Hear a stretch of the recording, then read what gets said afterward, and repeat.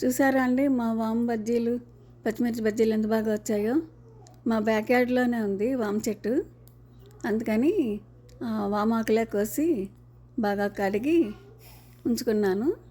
పచ్చిమిర్చి కూడా బజ్జీ పచ్చిమిర్చి మా బ్యాక్ యార్డ్లోనే ఉంది, అది కూడా కోసుకున్నాను. రెండు కలిపి ఈరోజు బజ్జీ పచ్చిమిర్చి వామాకు బజ్జీ చేశాను. వామాకుని కోసుకున్న తర్వాత బాగా కడుక్కున్నాను. కడిగి ఒక పక్కన పెట్టుకున్నాను. తర్వాత పచ్చిమిర్చి బజ్జీ కూడా బాగా కడిగి కట్ చేసుకుని పొడిగ్గా కట్ చేయాలి. అది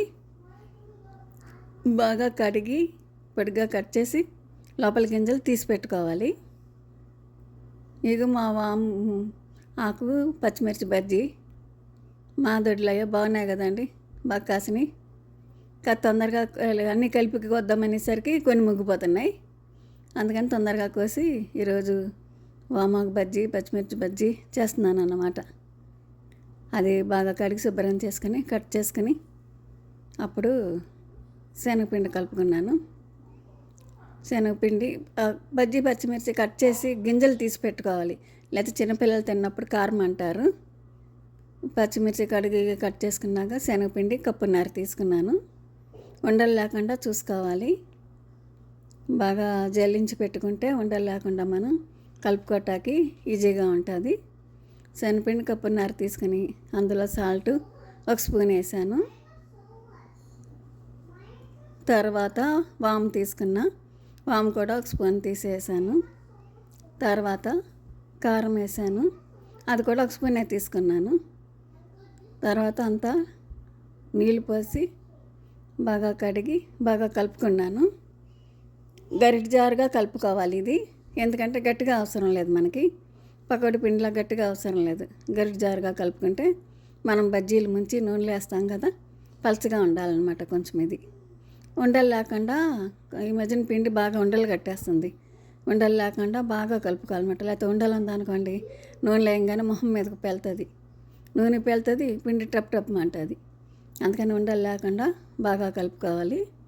తర్వాత మేము చిటికుడు బేకింగ్ పౌడర్ కూడా వేసాము, బాగా పొంగితే బజ్జీ బాగుంటుందని.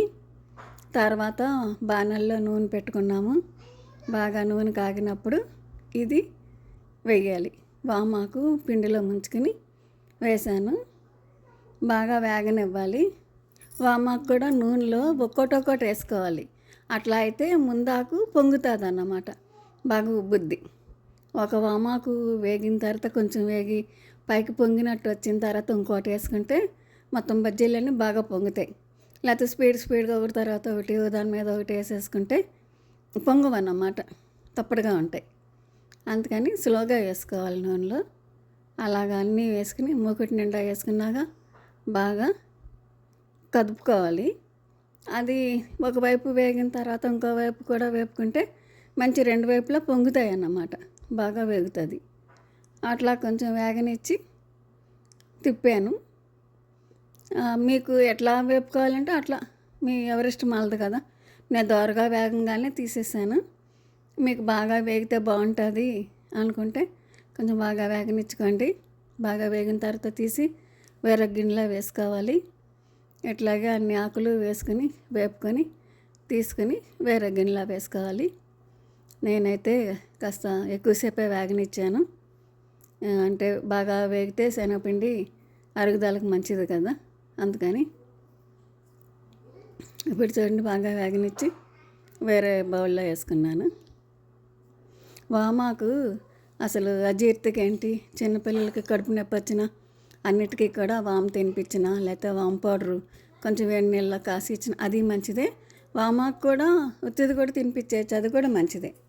తర్వాత పచ్చిమిర్చి బజ్జీ వేసాను. ఇంకా పచ్చిమిర్చి బజ్జీ మనం కట్ చేసి పెట్టుకున్నాం కదా పొడిగా, లోపల చీరి గింజలు తీసి అది మళ్ళీ ఈ శనగపిండిలో ముంచి నూనెలో వేసాను. అట్లాగా అన్ని పచ్చిమిర్చి కూడా అట్లాగే వేసుకున్నాను. ఈ పచ్చిమిర్చి బజ్జీ కూడా బాగానే వేగనిచ్చాను. బాగా అంటే కొంచెం వేగాగా ఇంకో సైడ్కి తిప్పుకోవాలి.